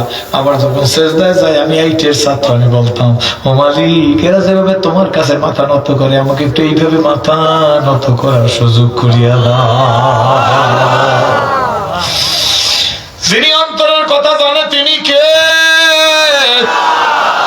আমার বন্ধুরা, আল্লাহ নবী আজকে একদিন দিন ওয়াজ করতেছে, কিন্তু কতদিন ওয়াজ শুনছে, আজকের ছেলেটিকে দেখে না। নবীজি চতুর্দিকে তাকাই, এটাকে কোনো কোথাও বসাও নাই, দাঁড়ানো নাই, সামনে দেখা লাগে, নবীর পিছন দিক দেখা লাগতো না, কারণ নবী সামনের চাইতে পিছন আরো ভালো দেখতো। রহমতের রাসূল ওই দিন ওয়াজ শেষ করে ফেলাইছে। ওয়াজের পরে সাহাবীদের দিকে তাকাইয়ে নবী ডাক দিয়ে বলে, আমার সাহাবীরা বলো তো, বলো, ওই ইহুদির ছেলেটা দৈনিক আমার ওয়াজ শুনে, আজকের ছেলেটিকে দেখতেছি না, কি হইল, কোথায় গেল? ওকে অসুস্থ হইল না মারা গেল না দেশ থেকে চলে গেল, অথবা কোনো বিদেশে চাকরি বা ব্যবসা করতে গেছে নাকি? সাহাবীরা ডাক দিয়ে, ইয়া রাসূলুল্লাহ, ইয়া হাবিবাল্লাহ, নবী গো, যদি হুকুম করেন ওর বাড়ি গিয়ে আমরা খবর নিয়ে আসতে পারি, আমরা ওর বাড়ি ঘর চিনি। আল্লাহর নবী একটা মুস্কি হাত দিয়ে দাঁড়ায় কয়, সাহাবীরা রে, তোমরা গেলে হয় না, আমি নবীরও যাওয়া লাগে। আমাদের দেশে অনেক পীর আছে, মুরিদের জিকির করতে কয়, নিজে করে না, এই জন্য মুরিদেও করে না, ঠিক না? ঠিক জোরে কয় ভাইজান, এই জন্য coming and going wait for nothing. মুরিদের আখলাকের কোনো পরিবর্তন হয় না, কি বলেন, ঠিক নেবে? ঠিক। এদিকে গেলে অনেক সময় লেগে যাবে, আমি বলবো না আমার কারোর সাথে শত্রুতা নাই। আল্লাহ নবী দাঁড়ায় কয়, সাহাবীরা গো, তোমরা গেলে হয় না, আমি নবীরও যাওয়া লাগে, কারণ নবী তো ওই নবী, ওয়াইন্নাকা লা আলা খুলুকিন আযীম। কি বলেন, ঠিক নেবে? ঠিক। নবী তো আযীম চরিত্রের মানুষ, জোরে কোন আলহামদুলিল্লাহ। আমার আল্লাহ বলেন, আরসালনাকা ইল্লা রাহমাতান লিল আলামিন। আমার আল্লাহ বলেন, লাকাদ কানা লাকুম ফি রাসূলিল্লাহি উসওয়াতুন হাসানাহ। কার কথা? জোরে কোন। আল্লাহ নবী দাঁড়াই গেছে, দিল কান্দে রে, মন কান্দে রে, কোথায় গেলে পাবো তোমাকে, হায় মোহাম্মদ কামলেওয়ালা। ও দিল কান্দে রে, মন কান্দে রে, কোথায় গেলে পাবো তোমাকে, হায় মোহাম্মদ সাল্লেওয়ালা। জীবনে হবে কি তোমার দিদার, ইয়া রাসূলুল্লাহ। জীবনে হবে কি তোমার দিদার। ভালো লাগে না? ভালো লাগে না? এ আশায় রয়েছি আমি গুনাহগার, আশায় রয়েছি আমি গুনাহগার, ইয়া হাবিবাল্লাহ। জাহানের যেই দিকে তাকাই দরদি, আর তো কেহ নাই দরদি। ওই রহমতের রাসূল দাঁড়াই বলে, সাহাবীরা তোমরা গেলে হয় না, আমি নবীরে যাওয়া লাগে। আল্লাহু আকবার। শুধু এই কথা বলে একান্ত না, নবীজি টুকটুক করে হাঁটা শুরু করছে, সাহাবীরা পিছে হাঁটতে হাঁটতে নবীজি ওই বাড়ি চলে গেছে, সাহাবীরা দাঁড়াই আছে। নবীজি ঘরের মধ্যে ঢুকছে, নবীজির ঢুকতে দেখে ওই ছেলেটির বাবা নিজের মাথার মধ্যে হাত দিয়ে বাড়ি মারে, ঘরের খাম্বার সাথে খুঁটির সাথে পিঠ লাগাইয়া কাঁদতেছে। নবীজির দিকে তাকায় আর নিজে নিজে চিন্তা করে, কেমন নবী রে, আমি ইহুদি, আমার ছেলে অসুস্থ হয়েছে, আমার নবী দেখতে আসছে। অভিভূত হইয়া কাঁদতেছে, খুশিতে কান্দে না, খুশিতে মানুষ। নবীজি তার বাবা ওই মুরব্বীর দিকে তাকায় না, ছেলেটির কাছে গিয়া ছেলেটির বুকের উপর হাত দিয়ে নবীজির হাতখানা মালিশ করতেছে। ছেলেটি উঠতে চেষ্টা করে, উঠতে পারে না। আল্লাহ নবী ডাক দিয়ে, আব্বু তোর ওঠা লাগবে না, তুই শুয়ে থাক, শোন, তোর বুঝি বড় কষ্ট হইতেছে বুকের মধ্যে। ছেলেটি নবীজির দিকে তাকায়, কষ্ট হইতেছিল গো নবীজি, আপনার হাতের পরশে আপনার আমার বুকের কষ্ট দূর হইয়া গেছে। নবী ছেলেটির পা থেকে মাথা পর্যন্ত দেখছেন। দেখার পরে আল্লাহ নবী লক্ষ্য করে তাকাইয়ে দেখে নবী হইল বিশ্বের বড় ডাক্তার, সমস্ত এফসিপিএস এমআরসিপি সব ডাক্তারের চাইয়ে বড় ডাক্তার। কারণ কি জানেননি, কিছুদিন আগে একটা ইংলিশ পত্রিকা পড়ছি, পত্রিকার মধ্যে ব্রিটেনের মেয়েদের ব্রেস্ট ক্যান্সার, স্তন্যে ক্যান্সার দেখা যাচ্ছে। 100 মহিলার প্রতিবেদন হচ্ছে, সংক্ষেপ করিয়ে বলি, এক ডাক্তাররা ক্যান্সার ইনস্টিটিউট হাসপাতালে একজন মহিলার কাছে প্রতিবেদন নিয়েছেন। এফসিপিএস ডাক্তাররা জিজ্ঞাসা করছে, ব্রেস্টে ক্যান্সার, বুকে ক্যান্সার, আমরা বুঝতে পারতেছি না তোমার ক্যান্সারের কারণ কি। মহিলা বলে, আমরা পরীক্ষা করলাম কিন্তু ক্যান্সারের কারণ খুঁজে বের করতে পারলাম না। এরপর ডাক্তাররা বুদ্ধি করিয়ে কৌশল করে জিজ্ঞাসা করছে, মাগো তোমার বুকের দুধ কি তোমার সন্তানকে খেতে দাওনি? তোমার কয়টা সন্তান? এক মহিলা কয়, কেবলমাত্র সন্তান হয়েছে। আপনি ডাক্তার বলেন কি, আমি কেন বুকের দুধ ছেলেকে খাওয়াবো? আমার বুকের দুধ যদি সন্তান খায় আমার ব্রেস্টের সৌন্দর্য নষ্ট হয়ে যাবে, এই জন্য আমি বুকের দুধ খাওয়াইতে দেই না, দামি দামি দুধ কিনা খাওয়াই। দ্বিতীয় মহিলারে বলে, প্রথম মহিলারে বলে তুমি কাগজে লেখা সিগনেচার করো। দ্বিতীয় মহিলার 3টে সন্তান, একটা ছেলেরও দুধ খেতে দেয় না, এই কারণে মহিলাও সিগনেচার করছে। 100 মহিলা বিভিন্ন ভাবে বর্ণনা দেওয়ার পরে ডাক্তাররা বোর্ড বসছে, রোগীদের সরাই দিয়া বোর্ডে সিদ্ধান্ত নিতেছে। কি ব্যাপার বুঝলাম না, কোন মহিলাই তো এদের মধ্যে দেখলাম 100 মহিলার মধ্যে একজন মহিলাও বুকের দুধ খাইতে দেয় না তার বাচ্চাকে। ডাক্তার ডাক দিয়ে সমাধান কি দেবো? তাহলে ইসলামী বিশ্বকোষ বাইর করো। আল্লাহু আকবার। 1450 বছর আগে নবী কি বই লেগেছে এই ব্যাপারে একটু দেখে লই। বিশ্বকোষ খুঁজে, বিভিন্ন জার্নাল খুঁজে, পত্রিকা খুঁজে বের করছে। আল্লাহ নবী 1450 বছর আগে বই লেগেছে, বুকের সন্তান, মায়ের পেটের সন্তান ভূমিষ্ঠ হওয়ার পরে সন্তান যদি মায়ের শাল দুধ চুইসা খায়, সন্তান সর্ব অবস্থায় সুস্থ থাকবে, মাও সুস্থ হয়ে উঠবে। 1450 বছর আগে বসে গেছে, বইলে গেছে। ইসলামী বিশ্বকোষ দেখা, বিভিন্ন পত্রিকা দেখা, নবীজির জীবনের বিভিন্ন অংশ দেখে নবীজির বয়ান তাদের কাছে সংরক্ষিত আছে। এইগুলো একত্র করে তারা যখন দেখতে পারলো 1450 বছর আগে নবী বইলে গেছে মায়ের দুধ খাইলে সন্তান ভালো থাকবে, মাও সুস্থ থাকবে, তখন তারা বললো আমরা কি করি, চিকিৎসা একমাত্র, আর কিছু না। তারা স্লোগান দিল, মায়ের দুধের মতো আর কিছু হয় না। তারপরে আপনি যে কোনো দুধ খাওয়াইতে পারেন, প্রথম মায়ের দুধ। ডাক্তাররা মহিলাদেরকে ডাইকা ক্যান্সার ইনস্টিটিউটের হলরুমের মধ্যে, ব্রিটেনের হলরুমের মধ্যে ডাইকা বলে, মাগো আমাদের একটা স্লোগান, তোমাদের কোনো মেডিসিন লাগবে না, মায়ের দুধের মতো আর কিছু হয় না, তারপরে যে কোনো দুধ খাওয়াও। এখন সেই সমস্ত মেয়েদের ক্যান্সার ভালো হয়ে যাইতেছে। নবী আমার সব চাইতে আসমানের নিচে জমিনের উপরে বড় ডাক্তার। আল্লাহ নবী ছেলেটি, ইহুদি ছেলেটির দিকে তাকাইয়ে দেখে ছেলেটির মৃত্যুর সময় এসে গেছে। এমন সিমটম বলে, হুজুর ছেলেটি তো সুস্থ হয়ে উঠছে নবীর হাতের পরশে, এরপরে ছেলেটি মারা যাবে কেন? বাবা ট্যাঙ্কি যখন পানিতে ভরা থাকে, ট্যাপ খুললে জোরে পানি পড়ে না, ট্যাঙ্কির পানি যখন কইমে যায়, ট্যাপ সাইডে দেখেন ঝরঝর করিয়া পানি পড়ে। যখন খুব ঝুপঝুপ করিয়া পানি পড়ে, তখন বুঝবেন ট্যাঙ্কির পানি শেষ হইয়া যাইতেছে। এই সুস্থতার আলামত তার বাইসা থাকা না, মৃত্যু হওয়া। এটা আল্লাহ নবী বুঝছে, জোরে বলেন আলহামদুলিল্লাহ। আল্লাহ নবী চিন্তা করে, মরে গেলে কারে দাওয়াত দেবো ইসলামের? ছেলেটির দিকে তাকাই আল্লাহ নবী ডাক দেখে, আব্বু আমার মন চায় তোর আমি কলেমার দাওয়াত দিব, তুই আমার কলেমার দাওয়াত কবুল করবি নি? ছেলেটি নবীর কথা শুনে খুশি হয়েছে, কিন্তু বাবার দিকে তাকায় আর নবীজির দিকে তাকায়। বাবাও ছেলের দিকে তাকায় আছে, হাত দিয়ে ইশারা করে ডাক দিছে, আব্বু এদিকে আয়, তোর কানটা আমার মুখের সাথে লাগাই দে। আরাবিয়ানরা বাপেরও তুই কয়, সব তুই। কি বলেন ঠিক নেবে ঠিক? ডাক ডাকা, আব্বু আমার কাছে আসো, তোমার কানটা আমার মুখের কাছে লাগাই দাও। বাবাই যখন কান মুখের কাছে লাগাই দিয়েছে, ছোট্ট করিয়া ছেলে কয়, আব্বু আমাকে ঘরে কেডা আইছে দেখছো নি? খুশি জোরে কয়, আব্বু আসছে কেডা দেখছো নি? আল্লাহু আকবার। আব্বু ও রহমতের নবী আমার ঘরে আসছে দেখছো নি? কই দেখছি। আব্বু কি কয়, রহমতের নবী আমার কলেমা পড়তে কয়। বলো তুমি আমার বাপ, আমি কলেমা পড়বো নি। বাপে বসার থেকে দাঁড়িয়ে একটা চিৎকার দিয়া কয়, ছেলে তুই শোন, আমার কথা শুনিস না, কিন্তু রহমতের নবীর কথা না শুই না তুই পারবি না। তুই আমার কথা শুনিস না, কোনো দাবি নাই, কিন্তু ওনার কথা না শুনলে তোর উপরে আমার দাবি আছে।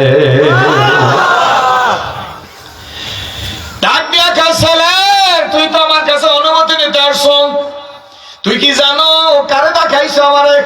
তুই আমারে জিজ্ঞাসা করছো কেডা বাড়িতে আইছে? আব্বু দেখছো নি? শোন, আমি তোর বাপ হইয়া সাক্ষী দিতেছি, এই আসমানের নিচে জমিনের উপরে ওনার চাইতে ভালো মানুষ আর কেউ না। বলার সঙ্গে সঙ্গে ছেলেটি নবীজির হাতের মধ্যে নিজ ইচ্ছা করে হাত ঢুকাই দিছে। আল্লাহ নবী ছেলেটিকে কলেমা পড়াই দিস। আল্লাহু আকবার। কলেমার লফজ শেষ, ছেলেটি দুনিয়া থেকে চলে গেছে। আল্লাহ নবী মাথার দিকে নাড়া দিয়ে চোখের দিকে দেখা কয়, ও আমার সাহাবীরা গো, তোমরা আসো, এই সোনামণিটা আর দুনিয়ায় মনে হয় পয়সা নাই, তোমরা তারে গোসল দাও, কাফন পরাও, আমি নবী তারে কবরে রাখবো। সর্বরকম গোসল দিয়েছে, নবী জানাজা পড়ছে, কবরে গিয়ে নবী দাঁড়াই আছে, আমার কোলে আমার সোনামণি দেবে। আল্লাহ নবীর হাতে কফিন দিছে। সাহাবীরা ঠিক আমার দিকে তাকাই দেখেন, যেইভাবে পড়ছি সেইভাবে শুনাইতেছি। নবীজি এই বাচ্চা আছে শুধু কলেমা পড়িয়ে গেছে, বুকের সাথে লাশটা রেখে আকাশের দিকে তাকাই নবীর চোখ দিয়ে পানি হরতেছে। কতক্ষণ পরে আল্লাহ নবী একটু ডান দিকে তাকাইছে, ডান দিকে তাকাইয়াই কান্না অবস্থা একটু মুস্কি হাসি দিছে। মুস্কি হাসি দিয়ে মুখখানা বাম দিকে ফিরেছে, বাম দিকে তাকাই একটু মুস্কি হাসি দিয়ে লাশটা রাইখা কবর থেকে উঠে আসছে। সাহাবীরা দৌড়ে এসে কয়, ইয়া রাসূলুল্লাহ, ইয়া হাবিবাল্লাহ, নবী গো, আমার মা, আমার বাবা, আমাদের মা বাবা আপনার কদমে কুরবান। রহমতের রাসূল মুসলিমকে নিয়ে আপনি বুকের সাথে লাগাইলেন, তখন আর আফসোস করতেছিলাম, আমরা যুদ্ধের ময়দানে যাই, নবীজির ডানে থাকি, বামে থাকি, সামনে থাকি, পিছে থাকি, কত ঝুঁকি নিয়ে যুদ্ধ করি, কিন্তু কই গো, আমরা তো নবীজির বুকে এইভাবে একদিন লাগতে পারলাম না। ও কি কপাল নিয়ে আসলো, এইমাত্র কলেমা পড়লো, সঙ্গে সঙ্গে দুনিয়ার থেকে বিদায় হয়ে গেল, আর নবী তোর লাশ বুকের সাথে লাগাইলো, আমরা কি পারবো নি কোনদিন নবীর বুকে এইভাবে লাগবে? হুজুর এইভাবে আপনিও কাঁদতেছিলেন, আমরাও কাঁদতেছিলাম। হঠাৎ আপনার চেহারার দিকে তাকাইয়ে দেখলাম, আপনি ডান দিকে তাকাই একটু মুস্কি হাস দিলেন। নবী কাঁদতেছিলেন কেন, হাসলেন কেন? মুখখানা ফিরে বাম দিক নিলেন, একটু মুস্কি হাস দিলেন। হুজুর ডান দিকে কি দেখে হাস দিলেন, বাম দিকে কি দেখে হাস দিলেন? বুকের সাথে লাশ রাইখা আকাশের দিকে তাকাইয়ে কি জন্য আপনি কাঁদতেছিলেন? আল্লাহ নবী ডাক দেখে, সাহাবীরা আমি যা দেখি তোমরা তা দেখো না, আমি যা শুনি তোমরা তা শোনো না। আমি তার মর্যাদার কারণে আল্লাহ আকাশের দিকে তাকাইয়া কাঁদতেছিলাম। শুধু কলেমা পড়লো, মরছে, নবী ঢুকে নাই, করতো নামাজ পড়ে নাই, কোরআন শরীফের একটা আয়াতে কারিমা তেলাওয়াত করে নাই, কিন্তু আল্লাহ তার মর্যাদা কি বাড়াই দিয়েছে। আমি তার মর্যাদায় অভিভূত হয়ে আল্লাহর কাছে কাঁদতেছিলাম। হুজুর ডান দিকে তাকায় মুস্কি হাস দিলেন কেন? কয় আমি এমনি ঘাটটা ডান দিকে ফিরেছি। আমি ডান দিকে ফিরেই দেখি ডাগর ডানা জান্নাতি হুরেরা, জান্নাতি মুক্তার মালা নিয়ে তার গলায় দেওয়ার জন্য ব্যস্ত হয়ে আসতেছে। আমি নবী মুখ ফিরাইছি, আমার দেখে হুরেরা লজ্জা পায়, এই জন্য আমি মুখখানা বাম দিকে ফিরাইছি। বাম দিক দিয়ে দেখি অসংখ্য হুরেরা তার গলায় জান্নাতি মালা দিতে আসতেছে। হুরেরা লজ্জা পায় দেখে আমি আমার সময় নষ্ট করি নাই, কবরের মধ্যে রাইখা আমি কবর থেকে উঠে আসছি। ফলের বালিয়া তরির বাইরা, এমন জীবন তুমি করিও গঠন,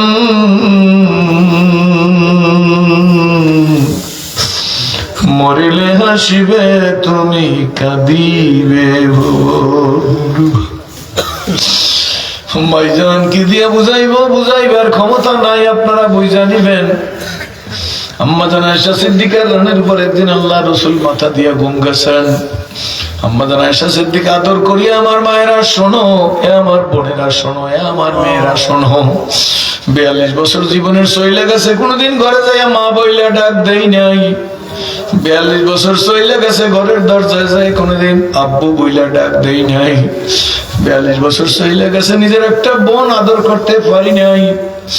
বাবা জীবনের এই পর্যায়ে আসছি, 4টা ছেলের বাবা আমি, একটা মেয়েও আমাকে আল্লাহ দেয় নাই, আমি তাতে খুশি, কোনো সমস্যা নাই। আপনারা বাপ ডাকেন, মা ডাকেন, আমারও দিলের মধ্যে ব্যথা আছে, কি বলেন ঠিক নেবে? ঠিক।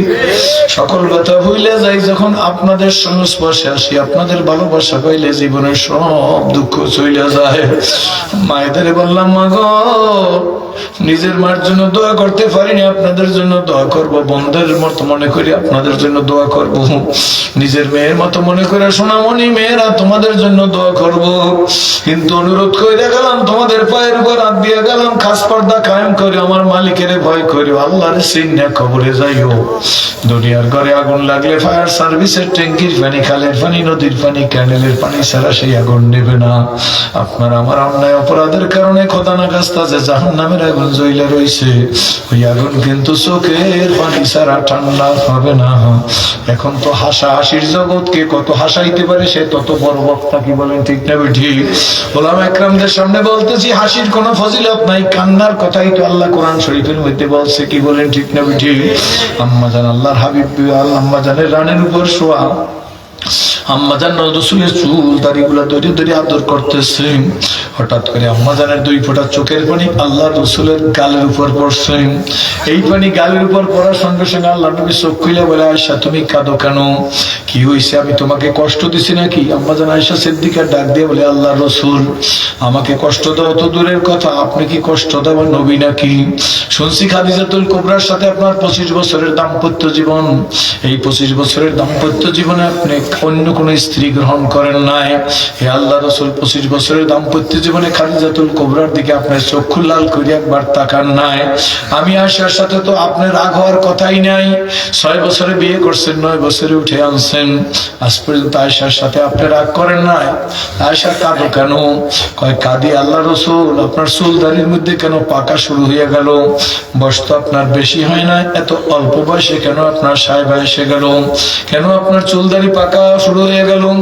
সঙ্গে সঙ্গে নবীজি উঠে বসে আম্মাজান আয়েশা সিদ্দিকার মুখের উপর এরকম করে রহমতের হাতখানা বুলাই, আয়েশা বয়সের কারণে আমার চুলদারি পাকে নাই। আম্মাজান ডাক দিয়ে বলে, কেন কেন কারণ পাকা হইল তাইলে? কেন পাকা শুরু হয়ে গেল?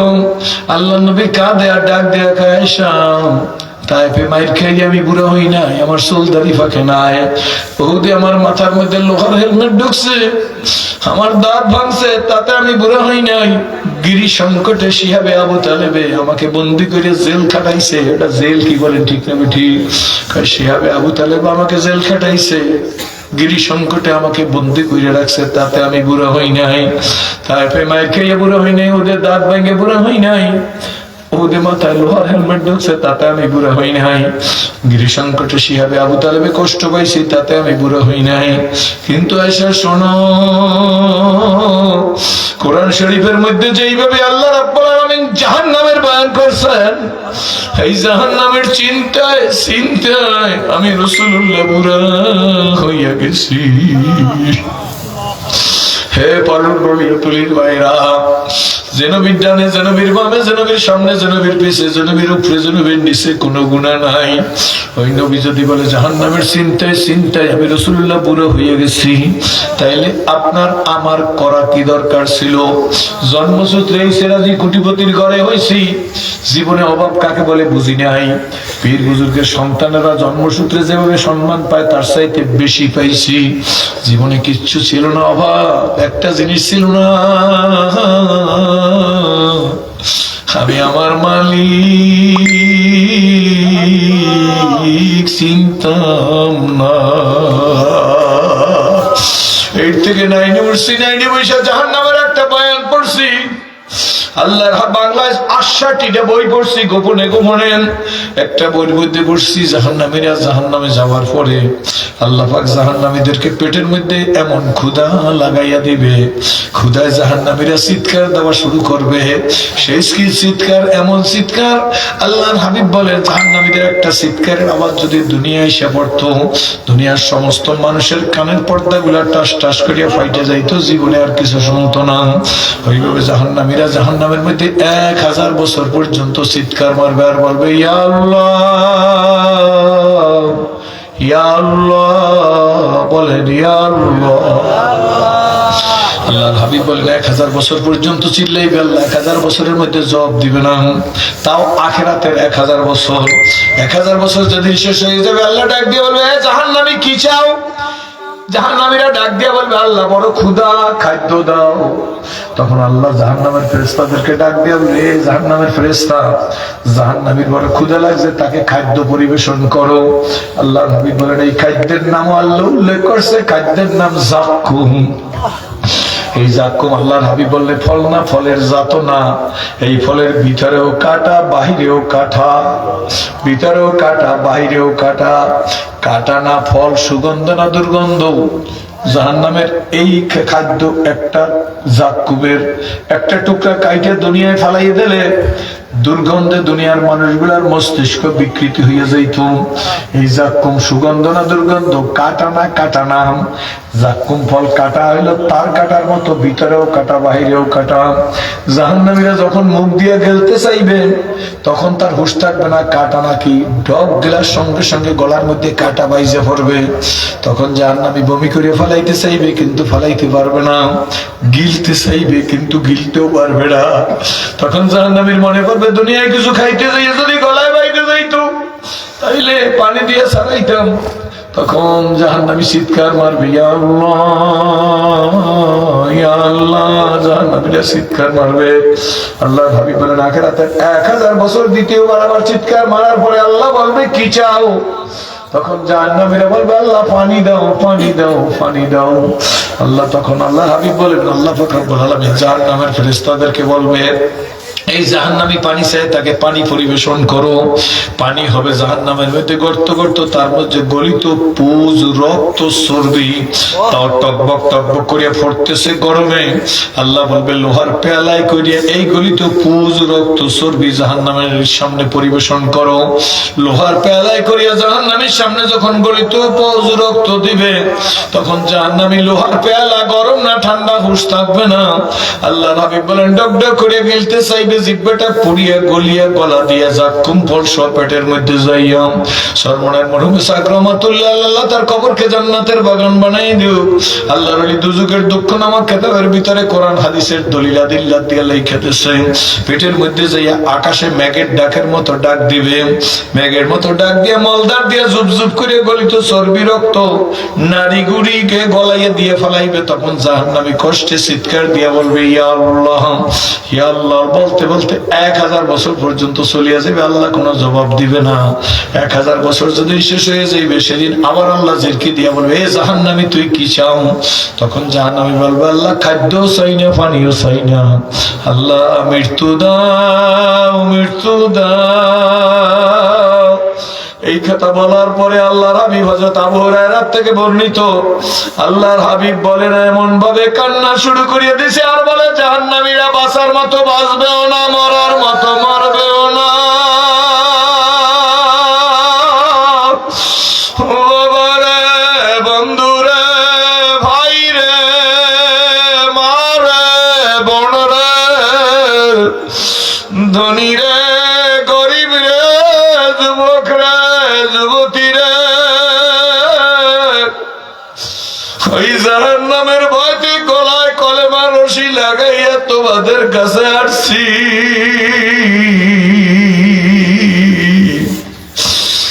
যে আযাবের কথা আল্লাহ কোরআন শরীফের মধ্যে বর্ণনা করছে সহ্য করা কোনদিন সম্ভব না। কলেমা পড়িয়া নিজে ধন্য হইয়া কাবার কাছে 2000 রেখে গেছি। এরমের কাপড়টা ফাঁকা করে সিনাটা কাবায় লাগাই একটা চিৎকার দিছি মালিক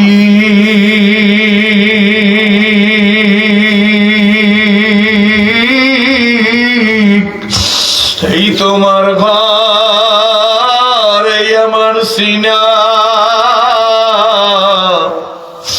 আমি তো জীবনে কল্পনা করি না আমার সিনা তোমার ঘরে লাগবে।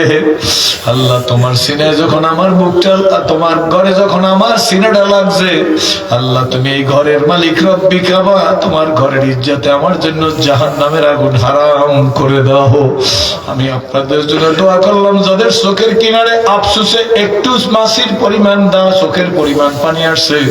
গুনিয়াতুত তালেবিন বরফির আব্দুল কাদের জিলানী রহমাতুল্লাহ আলাইহির কিতাব গুনিয়াতুত তালেবিনের মধ্যে আব্দুল কাদের জিলানী রহমাতুল্লাহ আলাইহি লেখছে আবু সালেহ মুসা জঙ্গির সন্তান ডাক দিয়ে বলে দুনিয়ার মানুষ যদি মালিকের মহব্বতের অথবা মায়ায় পড়িয়া জাহান্নামের ভয়তে অথবা জান্নাতের আশায় তোমার চোখের কিনার থেকে একটা মাসির চোখের পরিমাণ পানি বের হয়ে যায়, চোখের কিনার থেকে নাকের ডগায় আসার আগে আল্লাহ জাহান্নামের আগুনকে তোমার জন্য হারাম করে দিবে।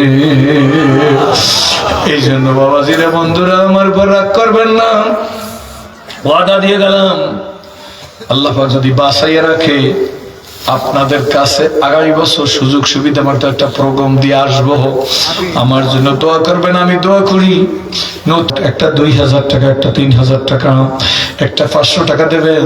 আমি দোয়া করবো যে হাত দিয়ে টাকা দেবে, এই হাত দিয়ে আল্লাহ খানায় খাবার গিলাপ না ধরাইয়া কবরের বিছানায় ঘুম পাড়াইও না, কোনো রুমাল পাতাবো না, আমি হাত পাতবো, ওইখান থেকে সাবধানে এসে আমার হাতের মধ্যে দেবেন। কারা পারবেন হুজুর? আমার মন চায় আপনার কথায় আপনার হাতের মধ্যে 500 টাকা, 1000 টাকা দেবো। আল্লাহ তোমার এক পাগল হাতের মধ্যে 500 টাকা দিছে, কষ্ট হইবে, তারপরেও ঠান্ডার জায়গাটা, গরম জায়গাটা সাইডিয়া দিয়ে আমার দিকে আসবেন। যত দূর তত নূর, যত হরকত তত বরকত, যত কষ্ট তত নেয়ামত। আল্লাহর পাগলেরা সাবধান, এটাই ভেবে দাও, এটাই পড়িয়ে কারো পায়ে ব্যথা পাইবেন না। আমি হাত পাচ্ছি আমার হাতের মধ্যে, কে পারবেন হুজুর? আমার মন চায় 500 টাকা আপনার হাতে দেব। কার মন চায় যে যিনি বলছে আসছে ওইটা দেখে আমার পছন্দ হয় না, আল্লাহ তুমি কবুল করো, জোরে কোন আল্লাহুম্মা আমিন। আল্লাহ তোমার আর এক পাগলা 500 টাকা দিচ্ছে, আর এক বন্ধু আমার 500 টাকা দিচ্ছে, সবাই একটু কষ্ট করিয়া যে যা পারেন এখানে পিছনে সর, আল্লাহ তুমি কবুল করো। এখানে একটা রুমাল পাতেন আমার হাতের মধ্যে, 100 টাকা, 200 টাকা, 500 টাকা, 50 টাকা, 20 টাকা। যারা আমার দিকে দৌড়ে আসবেন আমি আল্লাহর কাছে দোয়া করব, আল্লাহ তাদেরকে এর চাইতে দ্রুত বেগে তোমার কাবায় নিয়ে যাইও। যে হাত দিয়ে টাকা দিবে আল্লাহ এই হাতগুলো জীবনে গরিব বানাইও না। নতুন মাদ্রাসা কবুল করো।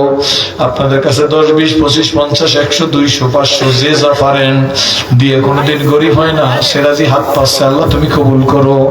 আল্লাহ তোমার পাগল আমার হাতের মধ্যে টাকা দেওয়ার জন্য, এই যে বলছি তিনে মার দিয়ে লাগবে, বিয়ার স্টেজ করছে, কোনটা করার করছে, আল্লাহ তুমি কবুল করো, ধরে কোন আমিন। আমার হাতে আসবে, আল্লাহ তুমি কবুল করো। আল্লাহর পাগলেরা, আল্লাহ তোমার বান্দারা আমার দিকে যেভাবে দৌড়ে আসতেছেন, একটু দাঁড়াই, ওই টাকাটা আমার হাতে দেন। আল্লাহ তাদেরকে সেইতে দূরত্ব থেকে খানায় খাবায় নিয়ে যাইও। আল্লাহ যে হাত দিয়ে টাকা দিল, এই হাতগুলা জীবনে কোনোদিন গরিব, আরে মানুষ তো আমার হাতে দিতে চায় কিন্তু কামাইবি কি? আল্লাহ তুমি কবুল করো, জোরে বলেন আল্লাহ। এইভাবে করছে, এখন আবার স্টাইল, দিনের দিনে স্টাইল শুরু হয়ে গেছে। আল্লাহ তুমি কবুল করো, হায়াতে বরকত দান করো।